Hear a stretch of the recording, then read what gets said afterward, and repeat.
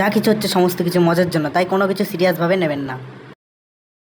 Hello বন্ধুরা, welcome hour বিশেষ Ghosh YouTube channel. আর আজকে আমরা শুরু করব তার মুভির অসাধারণ কিছু ভুল। তো চলুন আর বেশি কথা না বাড়িয়ে ভিডিওটি শুরু করা যাক। এই সিনে এই লোকগুলোর গায়ে এত পরিমাণ গুলি মারার ফলেও এদের গায়ে কোনো পরিমাণে রক্ত বেরোয় না, এবং তারপরে সিনে আমরা দেখতে পাই এরা তারপরে ঘুমিয়েও পড়ে। পাও, এটা কি করে সম্ভব?